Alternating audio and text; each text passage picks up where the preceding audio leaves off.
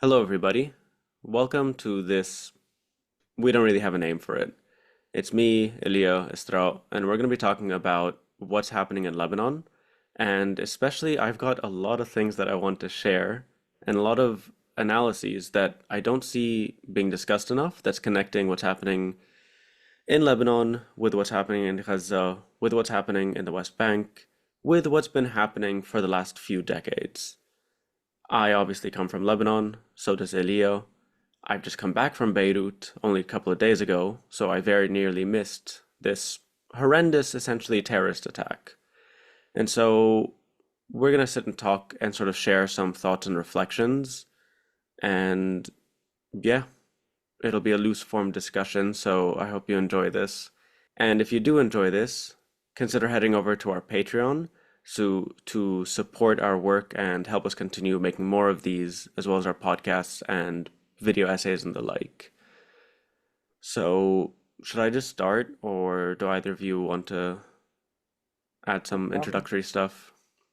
I think the conversation will flow, to be honest. Yeah. Yeah, I support just getting into it. All right, so as many may know, for the last 2 days, there has been a series of wide-scale attacks in Lebanon of like electronic devices. Mhm. First with pagers that exploded simultaneously across the country and in Syria. Mhm. These are pagers mostly used by Hezbollah members and Hmm. political, like just functionaries. But the damage that those explosives have caused are not restricted to Hezbollah. Mhm. Two of the martyrs so far are children, two are hospital workers, hundreds are severely, severely wounded, and there's just widespread fear. It is fucked. It is like an unbelievably large scale and sophisticated terrorist attack. There's really no other way to describe it. Mhm. I personally don't like talking about terrorism and terrorist attacks and whatever because it's very loaded imperialist language. Who Mhm. Hmm. is a militant and who is a terrorist? But Hmm. by their very definitions, there's really no other way to describe it. It's a pretty textbook definition, I think, of it. Yeah. It's all over. And I mean, I try to think, for example, like what if one of these guys was on a plane? Yeah. The story of one of the kids was a daughter of a guy who heard the beeper.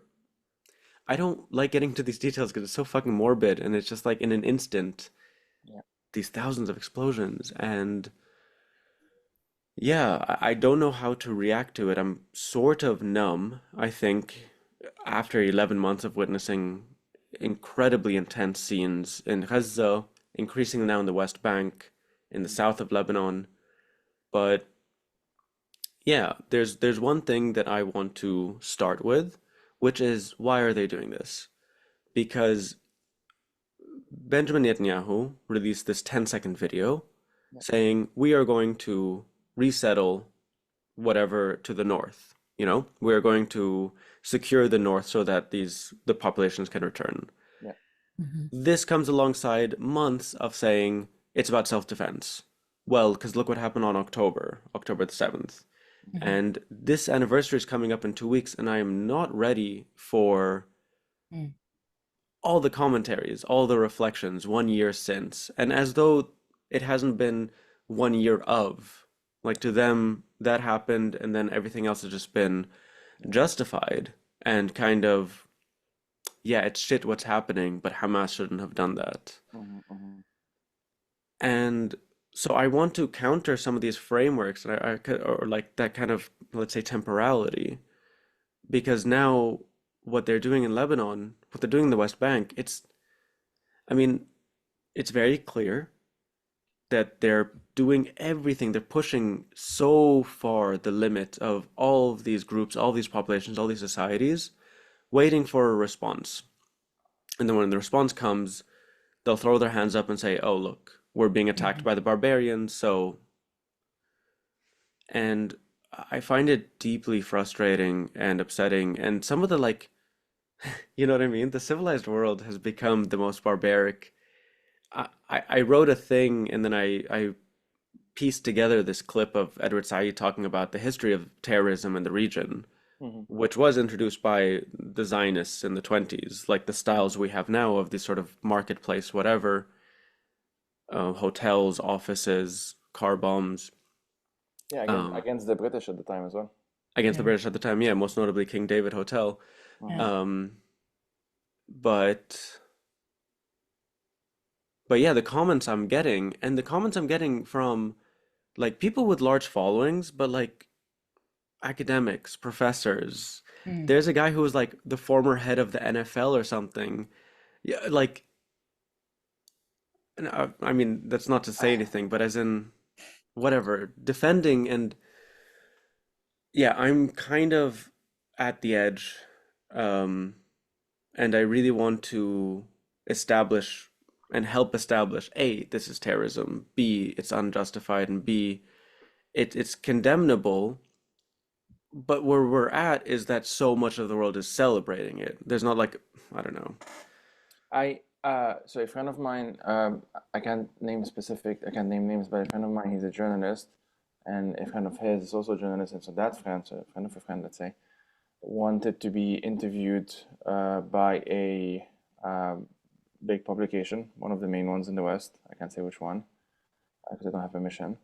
And that big publication, the specific way they framed the question is, I'm paraphrasing, like, can you comment on these latest James Bond style attacks? And I think genuinely this just, and this is like one small interaction among so many that we're seeing. And I think they're really well exemplified by the almost giddiness that so many people, largely men, I don't think that's an exception, exception or a, I think there's a reason for it, let's say, looking at this as if it is a Tom Clancy novel, as if it is a 007 Mm-hmm. novel and movie or whatever, because it's like everything that they have heard and they kind of in the popular culture of what like the Mossad is capable of and shit like that. And the irony of it all, and it's a bit slight tangent, but I think it's a bit related, or it is related to the wider point I think that we're going to explore here, is that if you go through the history of the Israeli intelligence services, it's like 80% of the time they just fuck things up. They don't do it well. They miss the mark. They don't know, you know, they for various, very stupid reasons. There's actually a pretty decent documentary on Netflix about it with former members of the Mossad, for example. Well, I'm saying this because there is such a emphasis right now, which I do think is it's directly connected to what has like the Americanization of politics, as we're seeing in the US for that matter, first and foremost, of spectacle being politics. Like politics is a spectacle. Obviously, this has always been the case to some extent. I think it's just on steroids now. And the disconnect, the sheer disconnect between uh, the 4 or 5 videos they saw, you know, mostly the webcam ones or what have you, and how cool that looked in their minds or whatnot, and how me and Ayman, I'm sure you as well, and just other folks that we know in Beirut and the South and the Ba'a and so on, how they've been reacting um, is two worlds, just two parallel worlds. You know, they don't meet, they don't discuss with one another and talk to one another, and yet one of those worlds is almost at the entire mercy of the other one. And that's what it is now. I saw a woman tweeted on I don't know, yesterday I think, or yeah, this morning or something, of like her cousin in Beirut removing all of the like the how you call it, like the webcam and child monitoring Mm. devices and whatnot in the house because she's paranoid. Mm. After they targeted pagers, walkie-talkies, and in some cases in the Ba'a, even solar panels. Mm-hmm. And this tells you, one would conclude very reasonably so, I think, that, well, if they can do this with pagers, you know, what's left, you know, and Yeah. walkie-talkies for that matter, what's left. Yeah. Yeah. What's left? I mean, so there's definitely an element of psychological warfare there. Yeah. And what's left, Lebanon, what's left is also the question of like how deep can their depravity go? Because Mm. we've seen them push our very understandings of what humans are capable of over the last few months. Mhm. And like again, there's so much of this justification of, oh, these aren't civilians, these are Hezbollah. And it's like really deeply frustrating, not only because of the people around them. Again, 2 children have been killed from this. the fact that they exploded, they don't know where all these people are when they press the button. Mm-hmm. But second of all, like, why are these all legitimate targets to begin with? This is something that is so deeply ingrained in the kind of war on terror ideology that these people who are designated terrorists are legitimate targets no matter what they're doing, when they're doing, where they are. Yeah. And I mean, I don't like Marwan Bishara too much, but I was listening to him on Al Jazeera, and he made two very, no, this is someone else, but Marwan Bishara did make an important point, which is, so what are the Israelis signaling here? That Yeah. every Israeli, anyway, every Israeli is a reservist, or at Yeah. least has training, has whatever. Are they all legitimate targets, even if they're not in active combat? Mm-hmm. Like, this is what they're signaling. And second of all, Lebanon is full of batteries. Yeah. The electricity infrastructure is a nightmare. There is no infrastructure. Um, and so, yeah, there are all these solar panels, especially the last few years, battery powered fans and power banks and UPSs. And it is terrifying. And we are still figuring out how they did this. I think it's pretty clear that it's somewhere within the supply chain, that it The wasn't supply chain, like, yeah. yeah, because the first few hours were really thinking that did they do like an electronic signal, which would have been, I think that would have been a different scale of things. As far as I know, this is not yeah. yet Yeah. made. It's not yet possible. But But Yeah, regardless, if this was an electronic like signal, you'd have misfires, you'd have differences in the severity. But the fact that it was so consistent and so consistent in the damage, um, that points more to explosives. And I think you're right, Ayman. I think there is a point of like where in the supply chain this happened, and it's funny because I noticed the same thing, Eli, where like everyone is, oh, this is James Bond and we're so cool and like look how high tech. It's actually really not. Batteries overheat really, really easily.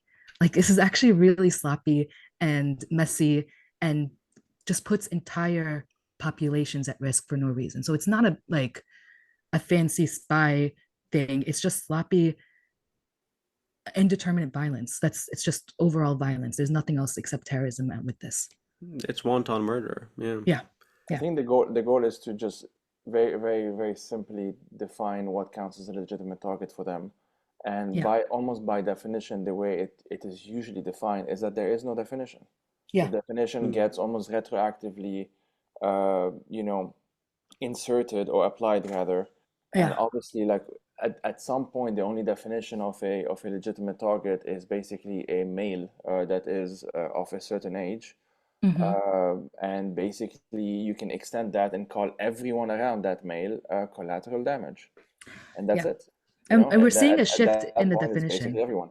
Yeah, yeah, yeah. We're actually seeing the shift, I think, in the definition too, and where women are now also being defined, right? Like in Hmm. Gaza, where like you're openly saying, like, oh, in the north, if anyone who's left behind is there, they're absolutely a terrorist. Mm. That is that's a very clear statement of an entire population of people being targeted. And I think that's like, and when we see the headlines in the like mainstream, there is a complete ignoring of the fact that how many civilians were affected, the fact that this was equipment used by the civilian population as much as Hezbollah. And so what you're really doing is, like you're saying, we're claiming all of Lebanon is part of this. All of Lebanon is guilty. Yeah, I have a It is friend also who wrote a tweet which kind of, yeah, where she said like waiting for the headline, there are no civilians in Lebanon, yeah. Yeah. because that's what they said about Gaza, Yeah. and again, They've like, already actually, said this. Joey, The Israeli politicians have already said this in the past. This would not be new in and of itself. yeah. Yeah. But also on a point you were making about who is defined, it's almost retroactive. It's like whoever is killed is a terrorist. Like who is a target, it's the one who is targeted. Yeah. And so that's how you Yeah. have these, like, they released the It's new, implied even in the coverage of how these strikes, like at best they would use terms like alleged or Mm-hmm. according to, or Mm-hmm. other forms of like passive languages, when it's very obvious that like this was a targeted strike and that targeted strike was by definition indiscriminate. And yeah. you have all of these word games of like, is this targeted or is this not targeted, as if one is better than the other. Obviously, one reveals intentionality in a different way than the other, sure. But Yeah. if it is untargeted, but you knew that you were going to drop two 2,000-pound bombs on a rough area where you knew were civilians, to you it doesn't really matter where exactly it drops as long as it does some damage, or does a lot of damage, obviously. Yeah. So I want to talk a bit about like some of the wider implications. I think Hmm. some people looking at this, because again, the thing that I'm focused on is I know I can't like fuck up the New York Times or like half of the like all the mainstream media across whatever that just parrots Zionist talking points and just like what the Israeli military says. But in small part, because I think there's a lot of question of why, but also the way that they make the northern front separate from everything else. Mm-hmm. And again, just these comments of, well, Hezbollah should stop firing rockets and then the what's it called will stop. And it's like, also, and I find this so fucked up, is that there's a lot of people in Lebanon, like a lot of people who are so anti-Hezbollah that it's like fucked up their mind to be unable to see that like this doesn't just affect Hezbollah. This is all of Lebanon. This is whatever. This and if there is Mm-hmm. a and you know, like an Israeli bomb does not actually distinguish, and then also their whole tactics and everything, and so yeah, you have some really disturbing and obviously opportunistic because again, like it's not like there are legitimate criticisms and people there are antagonisms within Lebanon, but some of these people are just actually ludicrous and really disturbing. And some of the things they've been saying, um, like essentially blaming Hezbollah for this attack and this weird kind of I don't know. Thing is And that, go yeah. ahead. No, because what I wanted to say is that I want to connect it with what's happening in Gaza and Hmm. the Yeah. West Bank. That Yeah. essentially everything that Israel is doing now is to defend its perceived right to do genocide. Yeah. Yeah. Like it's been clear for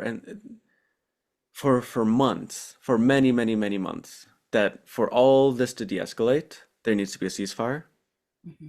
The IOF needs to pull out of Gaza. There needs to be an inflow of aid. There needs to be whatever. There's like very clear whatever frameworks Hmm. in order to stop kind of all of it. But also it's not this kind of like choice that they can just choose not to because they're so deep into it. Hmm. Yeah. They have like cast themselves into the void essentially, the Zionists. And Yeah. I was speaking with a journalist from a Palestinian journalist from Haifa just this morning, and they were telling me how like everyone around them, especially Israeli Jews, were talking about what is next. So like whenever there was something big in the news, as in yes, in the context of this morning. So yesterday it was the Pages attacks, the pager thing. Um, she was basically telling me like in all aspects of the culture right now, whether it's the coverage online, social media, what have you, there's the absolute certainty in terms of expectations that something big has to happen. Like as Mm. in the next step is basically a war. And by war, I mean like an expanded war, obviously. Um, and she was obviously she's very worried about this for many reasons, one of which is that what we know more or less how there's always been kind of a de facto status quo between Hezbollah and Israel, in the same way that before October 7th there was a kind of a de facto status quo between Hamas and Israel, which is, roughly you do certain things, they retaliate, or they do certain things, you retaliate, etc., etc., and at some point there's some kind of parity, whatever that looks like. And with Hezbollah, Nasrallah has made this very clear. We're recording this on September, what's today? 18th. 18th, yeah. And so tomorrow on 19th, he's going to talk. He's made it very clear that what counts as the next step for Hezbollah, if they cross that line, basically, is targeting central Israel, i.e., specifically Tel Aviv and Haifa. Mm. And if that happens, the Americans have been very clear that if something like that happens, then they will directly intervene. Whether that happens at which stage, blah, blah, blah, obviously I have no idea. But the point is that they are always trying to one up one another. At the same time, there's one party that has a significant advantage for obvious reasons, and the Yeah. other one that doesn't. And more importantly, to go back to the I think our shared frustration as to how it's been covered, at the very least in the past couple of days, although it's been going on for much longer. Um, when it is written when the term, for example, Hezbollah operative is mentioned in the media, this can clearly mean a bunch of different things. And under international law, if you're just a member of a group, that does not mean you just get to get murdered. That's not how things work. It has never been how things work. And more importantly, Hezbollah, like all political parties in Lebanon, have taken advantage of the fact that there is a very weak security or welfare state, which is, by design, obviously. And so there is a civilian arm to Hezbollah, as there's a civilian arm to the Free Patriotic Movement, the Kataib, the whatever. And those folks include NGO workers, includes charities, include, I meant medical workers, charities and whatever. And some of those would have pagers, because how else would you communicate? It's not the high-ranking commanders that have those fucking pagers. And most of the communication of Hezbollah is wired. The Israelis know this. It's nothing new. So this was specifically a way of basically showing that they can do something, and it's very intimate. It's intimate. It hits people like, they were just chilling at a grocery store. They were driving on a motorbike. They were just having a chat over whatever. And then suddenly all of this happens. And they did so again, of course, today, almost exactly 24 hours later, because they knew, in my opinion, among other reasons, I'm sure, that like there was going to be funerals from yesterday. And that's exactly what happened. That was one of the big ones of one of the Hezbollah members. And two, I believe, walkie-talkies that were there blew up as well, and obviously that caused more damage. They know what they're doing, and I don't think in my mind, it's like it's not rocket science. Their goal is to humiliate, the goal is to punish, the goal is to terrorize, and terrorism has one logic, and I don't think it's very complicated, to be honest. I say this because there's always this almost projection of like, oh, what is like they're playing 4D chess or whatever. No, they want to terrorize. They want to terrorize because they've been doing it, they can get away with it, and they have no other plan. They don't have a long-term plan for like what to do about Lebanon or whatever. They change every other day. Their goal is to just terrorize because they can, and because they can, more importantly, because they get away with it. Terrorize and maim.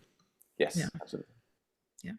And I do think like it's interesting, the dialogue, how the division that it's causing internally, right? We see the same thing in Gaza. Between like those who are like early on, you had people talking about like, oh well, Hamas should have done this and blah blah blah, and to see that same dialogue happening right now in Lebanon is like very much it's starting to like you're forcing a decision of like, are you going to be with us? Are you going to stand with empire? Or are you going to now just are you going to go with them? And the line is very clear. If you're not with us, you're with them, and that means you're a terrorist, and so we get to do whatever we want with you.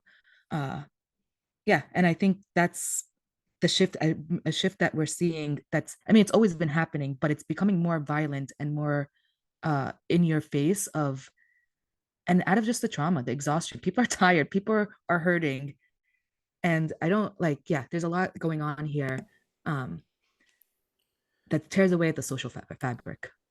People are exhausted, and I can say that for a fact because I was just there, and I came back on Sunday, and there's like a weird new, like we had like a 2 week whatever since there was a bit of a joke that was going around actually that Tamanna Sayyid, that like nothing's gonna happen because the Nasrallah kind of assured us, because in his last speech he said, this was our response and you can go back to your homes.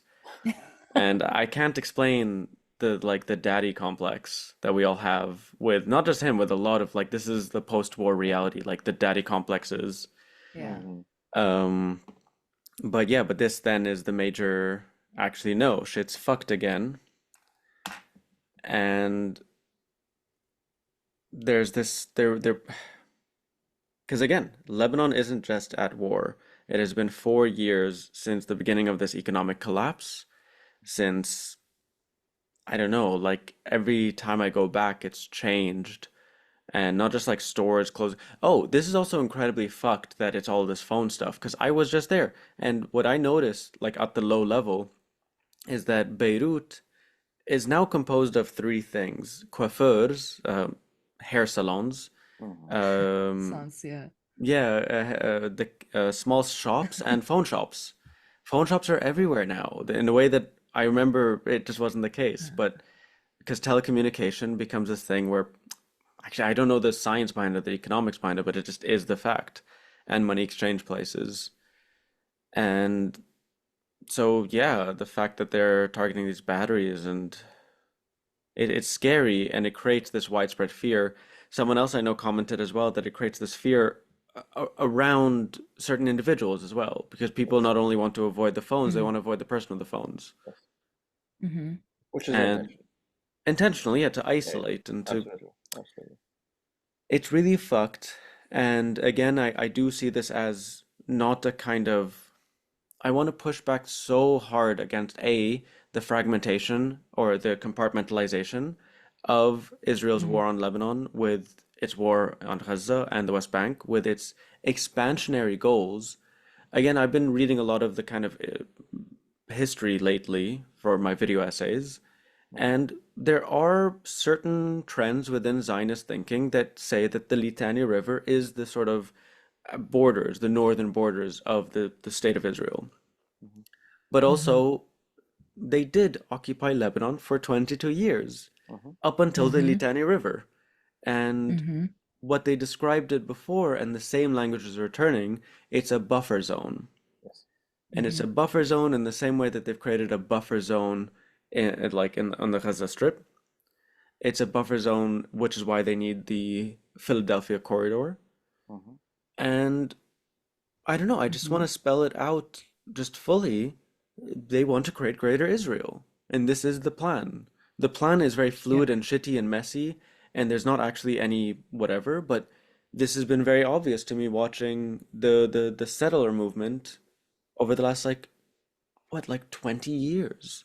Mhm. Yeah. The slow expansion. Now we're at like 1 million settlers in the West Bank. And you look at the way that the Oslo Accord was written, all these things, and the cantonization of it all, The Bantu stands. the Bandustans, and it's just, and now with increased violence and whatever, and you know, there Yeah. is I this, mean, yeah, yeah.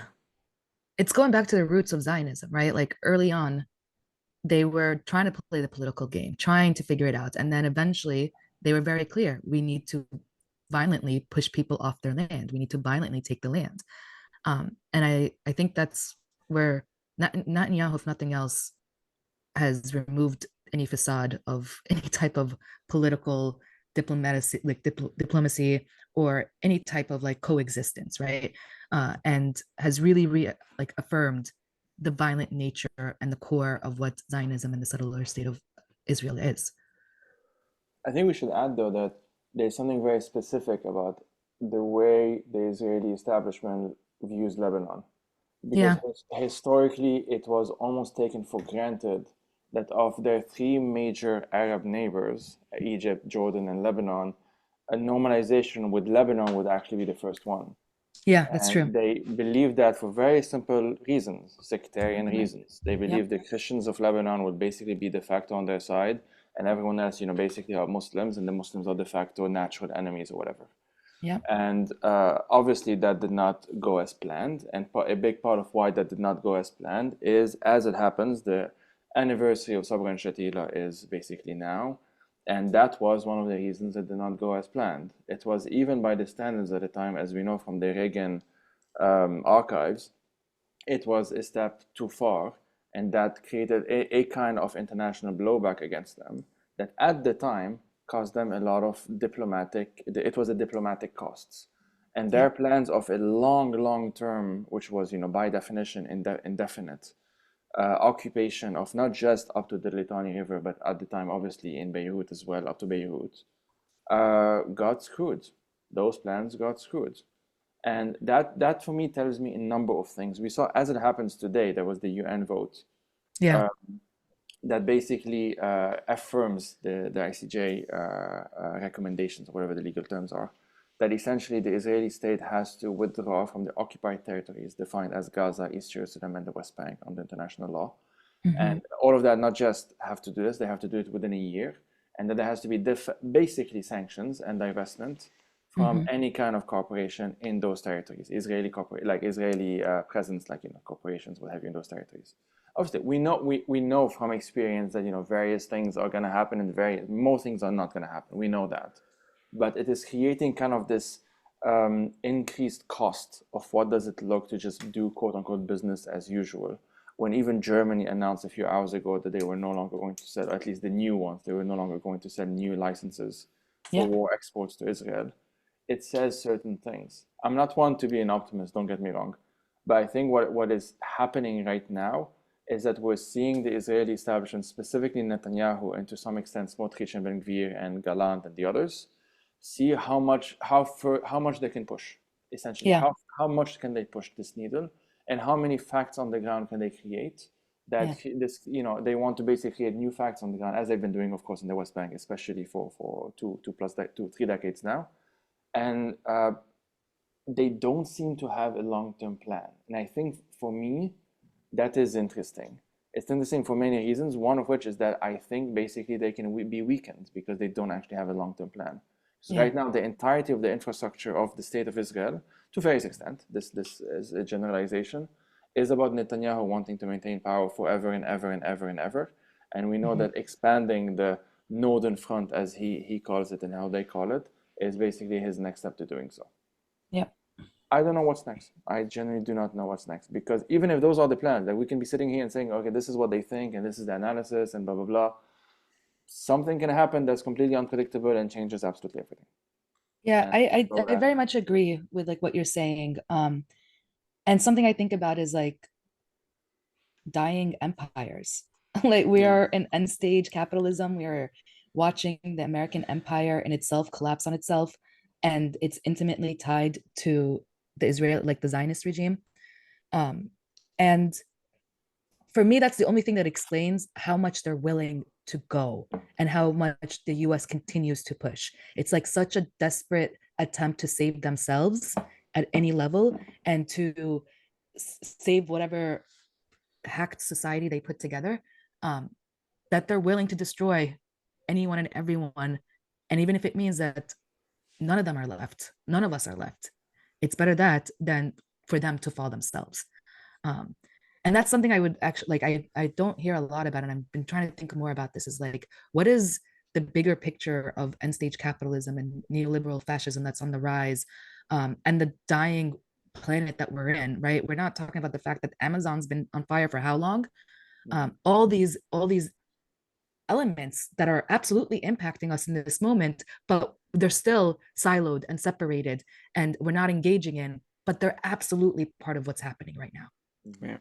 I mean, I'm very conscious of the fact that we're halfway through what many people, especially climate scientists, have been describing the crucial decade of our species, of our just like human civilization.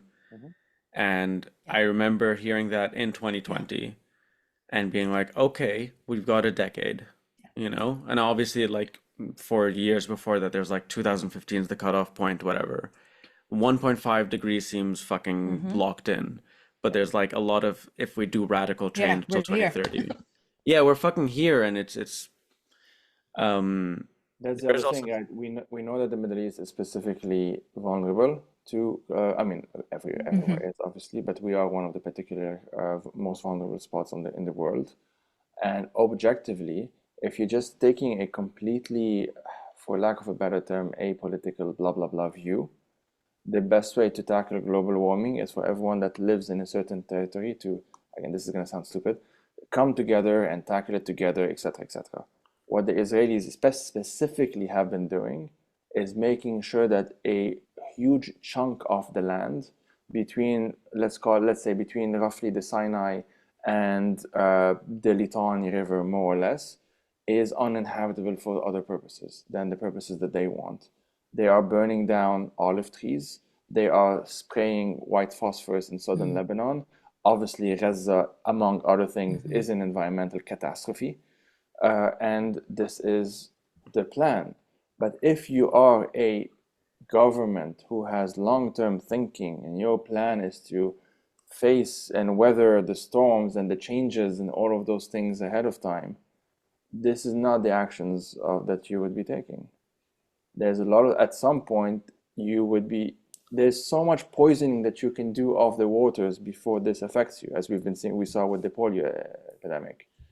I You I see what I think mean? the Mm-hmm. I think the word that always springs to mind is and I know this is something I've been wanting to talk about, especially on my podcast, Politically Depressed, which Hmm. deals, obviously with mental health. I use this in quotation marks, because it's a very sensitive term, but I think is just something I experience with in other capacities. But these are suicidal systems, Yes. Yeah. Yeah, absolutely. and it is so um, jarring, and you can't plan because the only thing you can assume is that they don't want to harm themselves, but Yeah. if they're acting in a way which is like, come fucking, cut me up. Mhm. And again, in this global sense and whatever, like capitalism is like self-destructive and is destroying itself and destroying everyone with it. Mhm. And yeah, because of the short-term thinking, if you're only thinking about the shareholders and like making sure that the next, quarter there's constant growth, you're not thinking that in 5 years the areas of the earth are going to be uninhabitable. Yeah.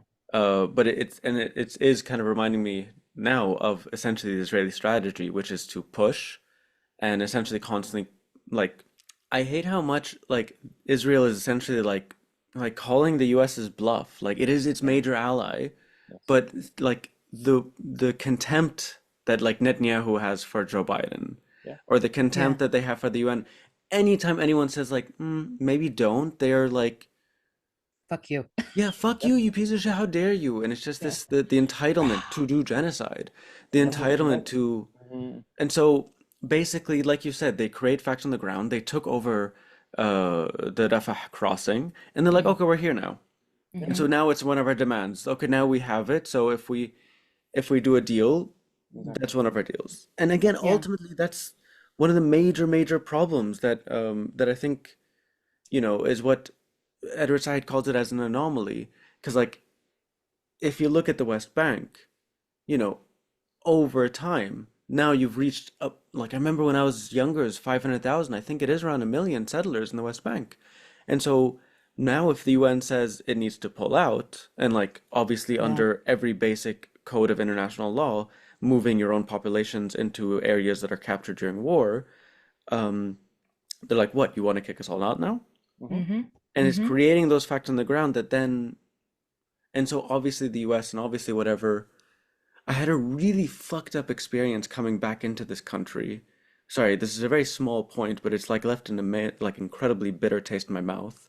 I was at border control, and I did see like a border police. Like, oh, my plane arrived the exact same time a flight from Tel Aviv arrived. Oh my So I was God. surrounded by fucking, and so every single one of them that would get to this one border police and show them their passport, I would see him glow up. And I heard him very specifically. I like really tried hard to hear, you guys are doing great. We're with you. And thumbs up.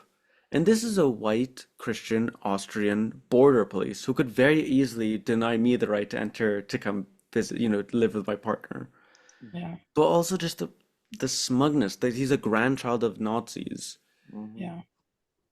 You can't see And my face right now, but I have like this disgusted look on my face, and I'm just like, ugh. is it Yeah. this? Yeah. It's like, ugh. It's a little more grunge, and it's like, ooh, like, Yeah. yeah. That was me the whole time Yeah. there, and just like really glad I got sent to someone else because I don't know if I would have been able to hide it. And I knew he would have asked because it Yeah. was every single Israeli giving them the thumbs up, and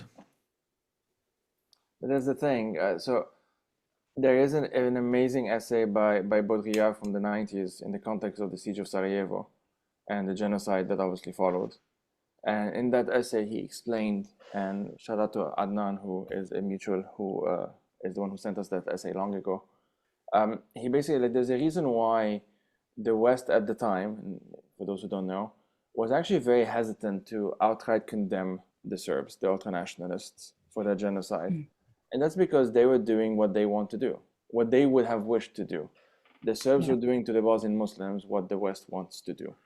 We Right. see variations of this time and time and time again because it's not what for whatever terms, whatever worth those terms mean, really, it's not logical or rational or what have you, but it does operate on like some level, on a certain level. Israa, you mentioned Like there are certain symptoms of a dying empire, and I think that's a good chunk of what's happening now because we cannot conclude objectively that the past 11 months have been like a diplomatic triumph for America. It's been a kind of a No, shit show. It's been generally just not America's good. You have frolic. like very open former or for now ongoing allies of the United States in parts of Asia and parts of the Middle East and whatnot, who are just saying stuff like, because of because of Gaza, we're turning to China and whatnot. Whatever. But that's politicking, realpolitik, all of that shit, fine.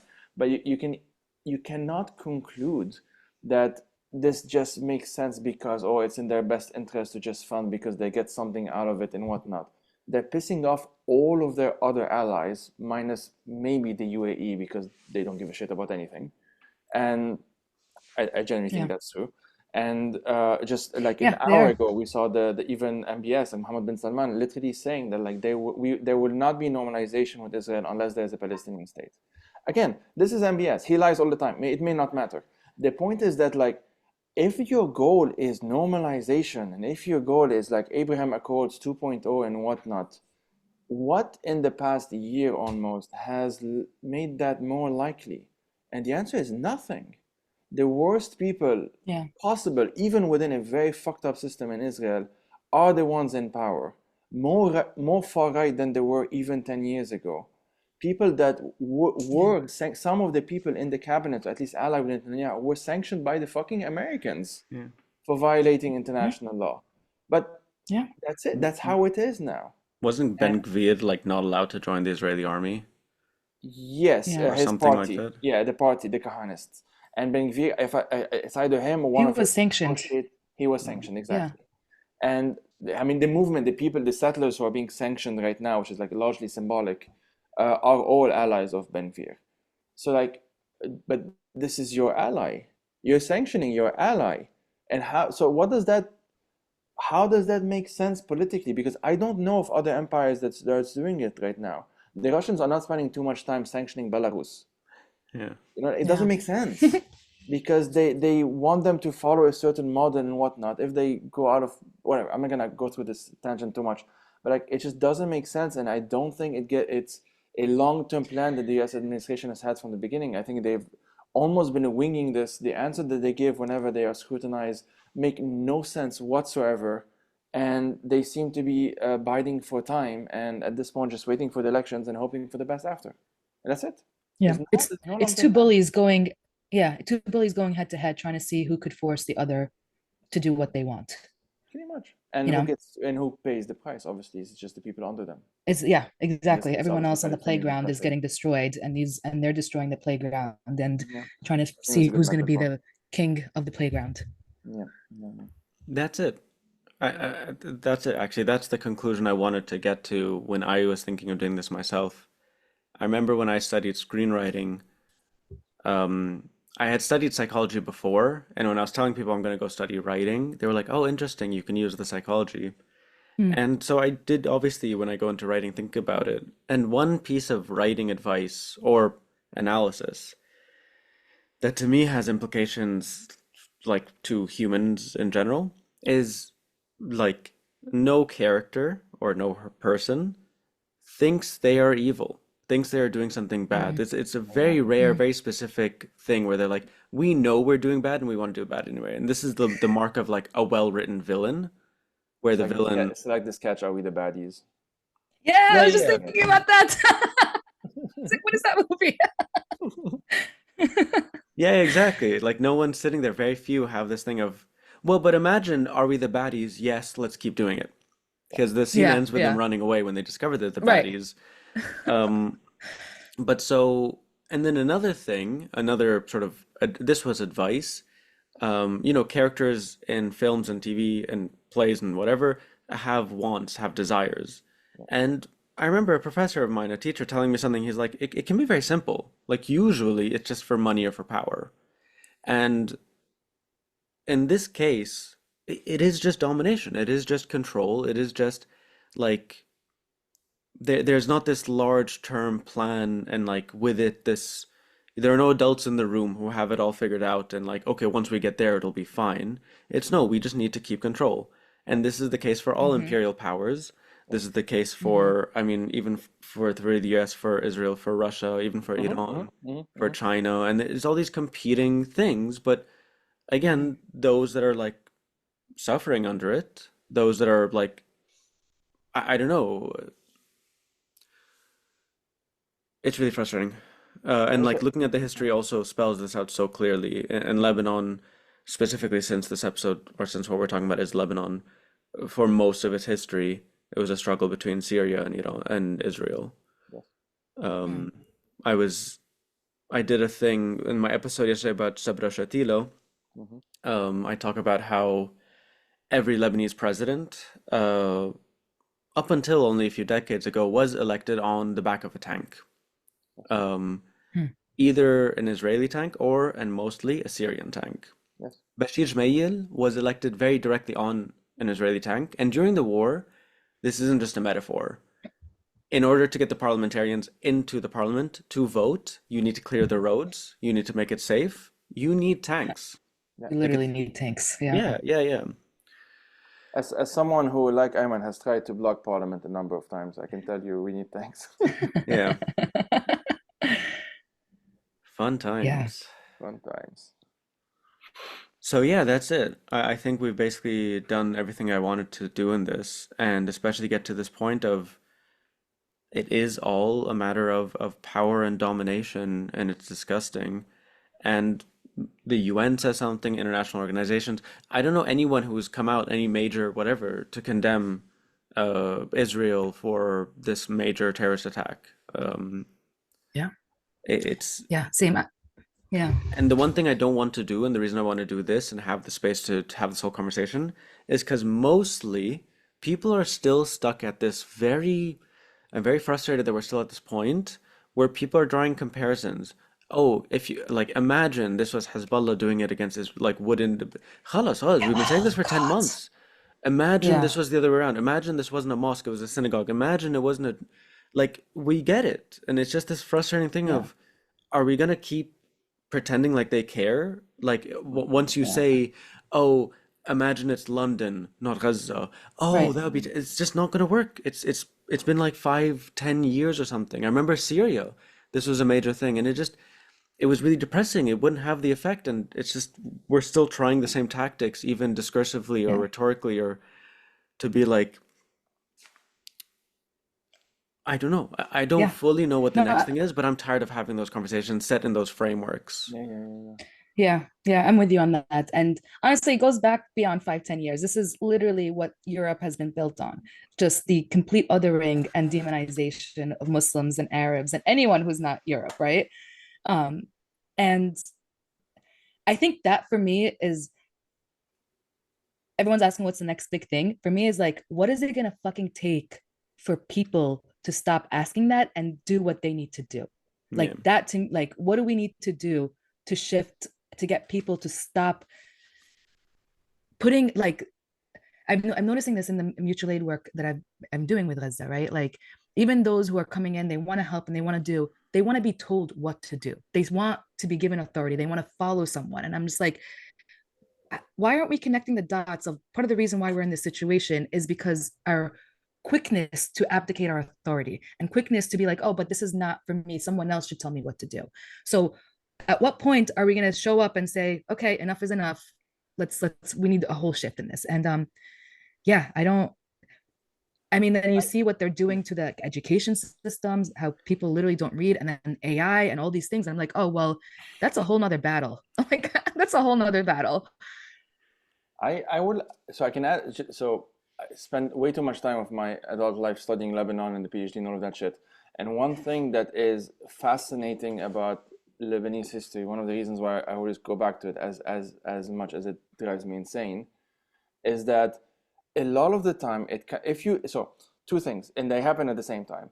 If you're reading the, let's say, the statements, you're watching a speech or whatever by one of the warlords, one of the oligarchs, or they can be both, obviously, you can get a sense that you can quite literally do a textual analysis of that speech, and you get a sense that that person, for the most part, knows their part, their knows that they Yeah. have inherited something, they are part of history. The history is them. That's how Aoun basically Hmm. talks, for example, the president or caretaker, whatever, X. Hmm. And but at the same time, there's no one actually steering the ship.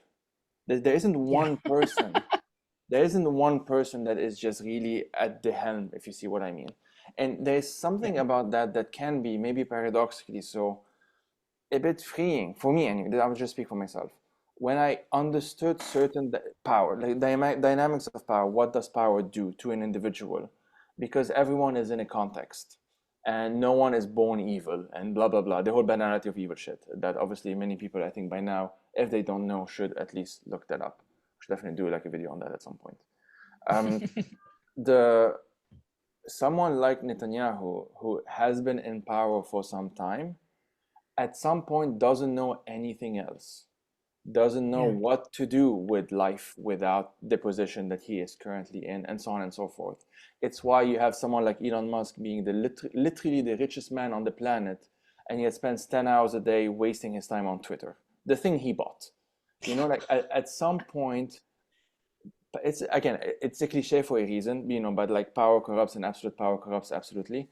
And someone like Netanyahu, and this is a bit of an optimistic, or let's say one of the reasons why I can maintain some hope at the very least, because it's about maintaining the thing he already has. By definition, it's not long-term thinking. By definition, there is Hmm. no like long-term calculation of the day after and whatnot. This does not mean, to be clear, that he cannot do a shit ton of damage until the day that he leaves, because obviously we're literally seeing this Yeah. happening. Part of the reason we did this video, obviously. But I just want to gently push back a bit again, not in this conversation, but in general, this tendency of seeing these world leaders, quote unquote, as though they are this huge, like these central characters in a cosmic story in history with a capital H, and they Hmm. know absolutely what's going to happen next because they have inherited something and so on and so forth. I think that discourse, or at least that narrative, plays much better to people like him, especially in this case, because he also inherited this from his own father, for example, than it does to folks like us. And I do think folks like us need to abandon that kind of thinking because Oh, it yes. it it reveals certain weaknesses within the structures of power. That the Yeah. structures of power, almost by definition, cannot see. They don't pay attention to these things. I'll land with like a final example, just so I make myself like a point, the argument clearer if you want. We freak out, understandably so, at the latest high-tech stuff. We know about whether it's AI. Obviously, now in Lebanon, we're seeing an example of this added layer of what can they do with remote detonation, planning in advance, and all of that. The problem is that at some point the technology gets cheaper and cheaper and cheaper, that non-state actors are also able to use it. We're seeing this with the Houthis Hmm. in Yemen. We're seeing this with the Hmm. anti-government rebels, all power to them, in Myanmar, and so on and so Hmm. forth. That because it's getting cheaper and cheaper, for Hezbollah, one of the reasons they are able to maintain some kind of parity, at least for now with the Israelis, it's not just the missiles that they bought and they have, it's actually the very cheap drones. And one of the Yeah. Israelis, did one of the assassinations in Beirut using one of those drones, and so on and so forth. The people who are creating these weapons of basically mass destruction and control and whatnot have no plan as to what to do with them in the long term. The only reason they're creating it right now is because it makes sense to do it for them right now. Profit incentives, electoral incentives, what have you, but they don't think about what happens with these technologies in the long term. And personally, I draw Yeah. some kind of hope in that because it introduces an element of almost chaos, but chaos in a good sense.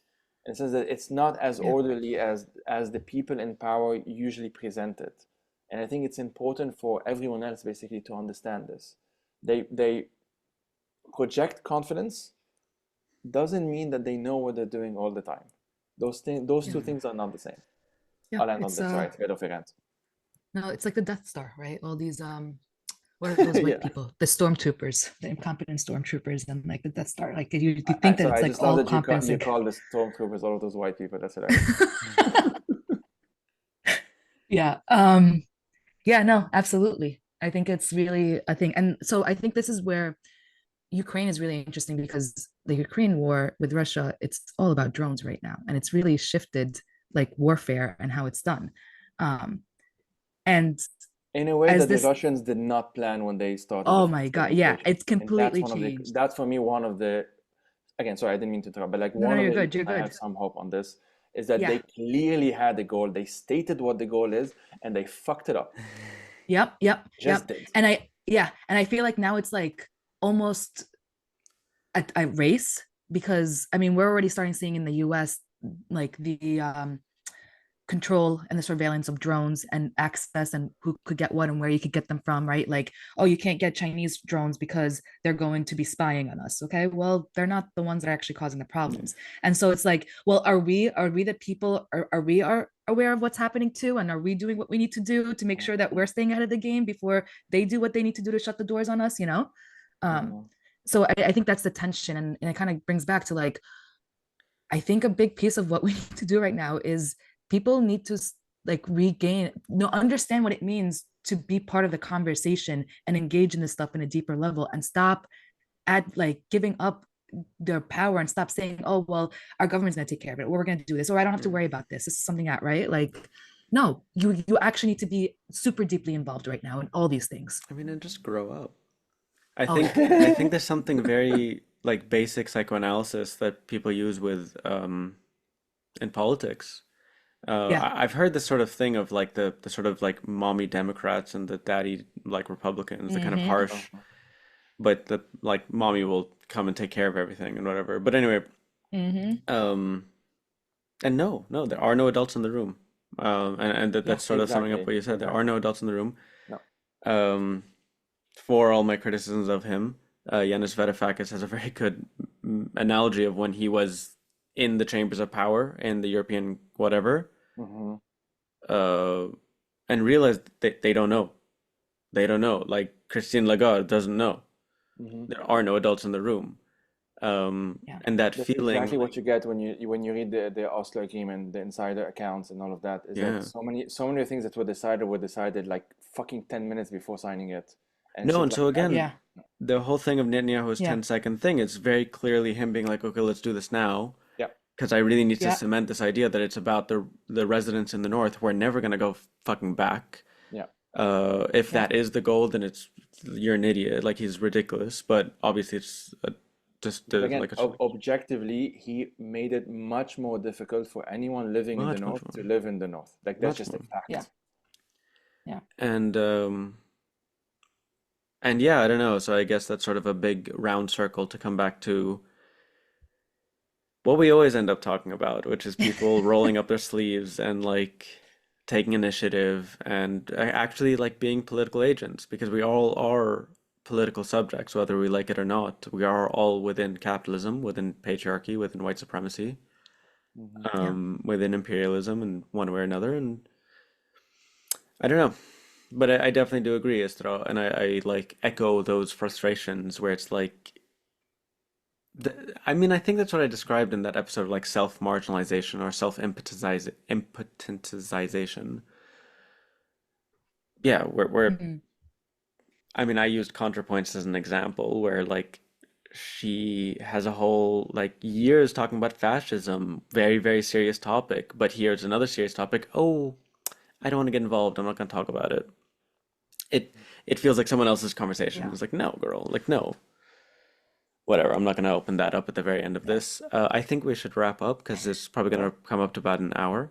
yeah, yeah, yeah, Okay, I think I got a lot of good stuff off my chest. yeah. Things that I otherwise would have tweeted and just like not cared about. I'm really Mhm. realizing I don't give a shit about Twitter anymore. Um, As Yeah. as you should, to be honest. yeah, no, but I've got these like two tweets that are kind of having a moment. I really don't care. I remember like a year, 2 years ago, I'd be like looking at the quote retweets and oh my God, and Yeah, yeah, I agree. um. But so yeah, I think this was a quite thorough discussion. Thanks for joining me on it. Yeah, thanks for Yeah. doing this. It's a Yeah. Thanks really for sitting through difficult this stuff. time, and yeah, I hope it's really hard. I don't know. It's really hard to have any hopeful endings, and I think actually we shouldn't constantly attempt to have those hopeful endings. Hope is a discipline. We'll stop on that.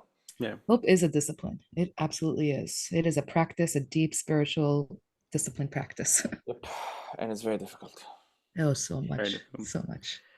But I'm glad we did this because otherwise I would just be scrolling and rabbit holing into a kind of depressive spiral. So, Yeah. Thanks for initiating this. Yeah. no, thank you for joining. And I might repeat it because again, otherwise, you know, It's I great. definitely think there's value in doing this that's so much greater than the alternative Yeah. you're describing. yeah, yeah. Yeah. Yeah. This is, So I'm okay. sure, yeah, this is great. Thank you too for joining me, and thank you Mhm. everyone for watching and listening. I guess this is on YouTube, so like, share, and subscribe, and our Patreon and all. I know. I'm gonna have to start using this language. Smash that whatever button. Yeah, smash that button. I don't know. I'm not gonna. But anyway, our Patreon is in the link below, and I don't know. Well, see you And all support next time. mutual aid.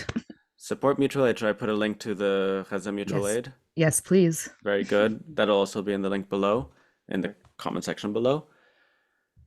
And yeah, I'll see you all next time.